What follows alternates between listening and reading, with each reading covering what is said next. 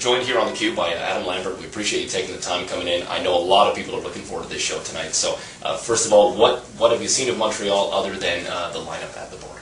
The border crossing took a minute. I've actually only, at this point, have seen my hotel room.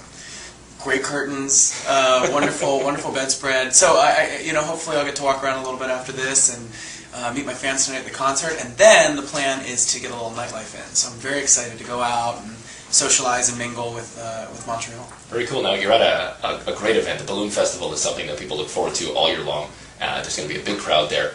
You ever been to something like that? Have you done a concert at a balloon fest ever? No, not a balloon fest. We've done a couple outdoor fair type shows this past summer, but not a balloon fest. So I'm very curious to see what that's all about. I mean, are there going to be balloons everywhere? They have a launching at 6 o'clock where all these hot air balloons go off into the air. Would you go up if you had a chance? If I had a chance, yeah, I would actually love that. That'd be great. I think we might need to pull some strings. I don't know. I'm sure you could probably balloon manage. I'm just wondering, a lot of people have been asking me, knowing that we'd be chatting with you. We know the Adam Lambert of right now. I mean, you're having this meteoric rise to fame, and understandably so, but what was Adam Lambert before you became the version that we all know today?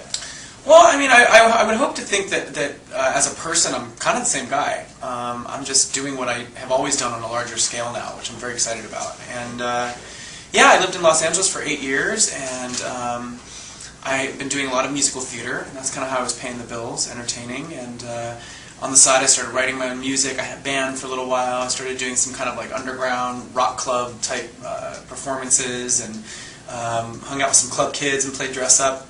And I just needed a change. I needed a big opportunity, so I auditioned for Idol. Wow. Now, I know a lot of people, obviously, the discussion must usually focus on Idol, because that's what we know you from. Yeah. What I'm curious about is the whole concept of runner-up, because a lot of people use that like it's a bad word.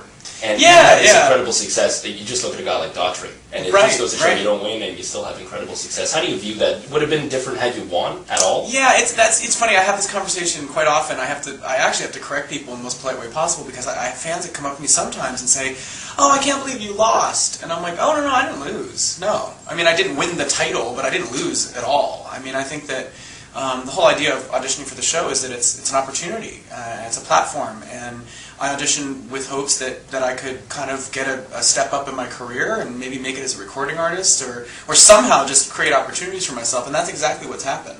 And have you noticed at all, I mean, considering the success with American Idol is based largely on having fan support and really a direct relationship with the fans, how have you seen your relationship with the fans evolve since then, because they've had a direct impact on where you are right now?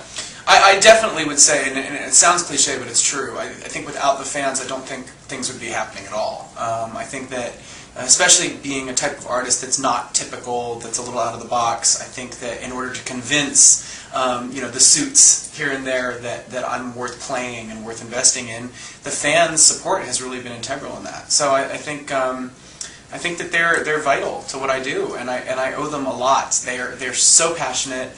They're dedicated, and they love to hear what I have to do. Now, I got to ask you, because whenever I ask people about you, or you come up in a conversation and somebody describes you, they use the word likable a lot. And I'm just wondering if you consciously have that humility and realize the importance of that in a business like this, because it's not everybody who's like that with people that support them over a long career, hopefully. I mean, I think I've always been a social guy. I like to go out and talk to people and meet new people and have conversations, and I'm always I want to get along with everybody. So I think that maybe that's what's coming out, in my public persona or whatever. I think I try to stay positive as much as possible, and I definitely, like anybody would be in this situation, I definitely have my moments where I get a little stressed out or grouchy, or I didn't get enough sleep, or this isn't working how I wanted it to, but ultimately, I feel at this point there's so many people invested in me as an artist that it's my responsibility in a way to show them my best possible face, and so it's me on my best behavior. Okay. But now, 5 years ago, did you ever imagine that this is where you'd be in your career, or was it just going to be a continuation of what you were doing back then? I didn't think it would get to this. This is incredible. This is beyond what I ever thought would be possible. I mean, I definitely had dreams about it. I would fantasize about what it would be like to be a rock star, and what that life would be. But I never thought it would be like this, at this level. I never thought it would be possible. Wow. Yeah. So I mean, it's a step back a bit, doesn't it? That's humbling within itself. I can't believe this actually happened. And I think that For me, I try to focus on the work of it as opposed to like the fame and the money. For me, it's about like the actual act of putting something together. That's what I get really invested in. And I tend to be a little hard on myself, because I want to always do my best and do better. And that definitely also keeps me kind of appreciative of it and always pushing ahead.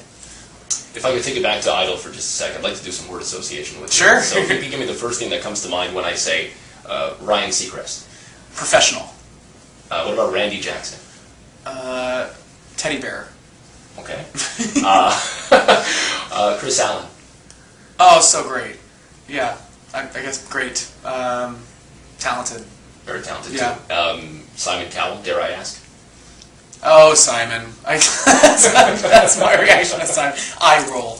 How about that? Very Eye good. roll. Yeah. Now, they are looking for a new judge. Yeah. So are you interested, or do you have any suggestions? Because I know a lot of people have already said to us, boy, Adam would be a great fit.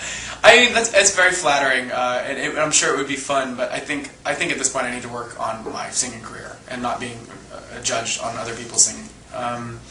Hopefully I'll get to go back and mentor again or something. That was really fun. I think that the idea of having Steven Tyler on there is really cool. I like that. Like a rock icon like that would be really awesome, and I keep hearing J-Lo's name thrown around. That's kind of cool, like a urban pop girl next to the rock icon. I think it's kind of a cool combo. Mariah Carey too is what they're saying. Oh, really? Maybe. Mariah. Maybe. Interesting. That's another good one. Yeah. I mean, I think that it would be good to have somebody that's really gone through the industry for a long period of time and has seen it change. I think that would probably be really helpful for the show. Cool. Could you take me through some of your musical influences? Because, I mean, we see a lot of different kind of artists, I think, in you when we watch you on stage. But, I don't know, maybe it's more indicative as to what's on your iPod right now. But what molded sort of the Adam Lambert music repertoire while you were growing up, and even maybe over the last few years? Yeah, I mean, I definitely come from the theater world. That's what I started with. I started listening to show tunes before anything else, and I was singing and dancing in productions as a kid. So that's where like a lot of my instincts come from. And then as I got a little older, I kind of discovered the 70s in general. My dad had a big record collection, and I got in there, and all the classic rock that I could handle, he showed me. So I started getting really into these rock frontmen, people like Freddie Mercury of Queen, and David Bowie, and Mick Jagger, and and then even further back, people like Jimi Hendrix and Jim Morrison, and these are the people that really like caught my eye as what a rock star was and how exciting it could be to be that like mythical kind of character on stage. And then later as I got into high school, I started listening to the pop music of that time, and I'm 28, so I was graduating in 99, 2000, and that's when Britney and Christina and NSYNC and the Backstreet Boys and Aaliyah and Timbaland and Missy Elliott and all these people were like really popular back then. And I was listening to all of that. So it's kind of, I think at this point, it's kind of like a result of all that. And then I've always been really invested in pop and electronic music as well. And so over the past 10 years since I was in high school, I've wanted to hear what the newest, hottest, trendiest thing is. I mean, we're the same age, so I think it's really cool to hear sort of what the musical influences are that you've had. Because, I mean, I'm not an artist, but I have the same musical influences. But I'm wondering, because collaborations are so big nowadays, and everybody wants to hear this guy with that guy, or this girl with that girl. Mm-hmm. If you could do a duet with anybody, and I mean past or present, I don't really care, but who would it be? The ultimate duet? Ultimate would probably be Mercury. I mean, that would be killer to sing with Freddie Mercury. Of course, I don't have that opportunity. I think out of a contemporary artist pool that I could pick from, I think singing with Christina Aguilera could be pretty wild.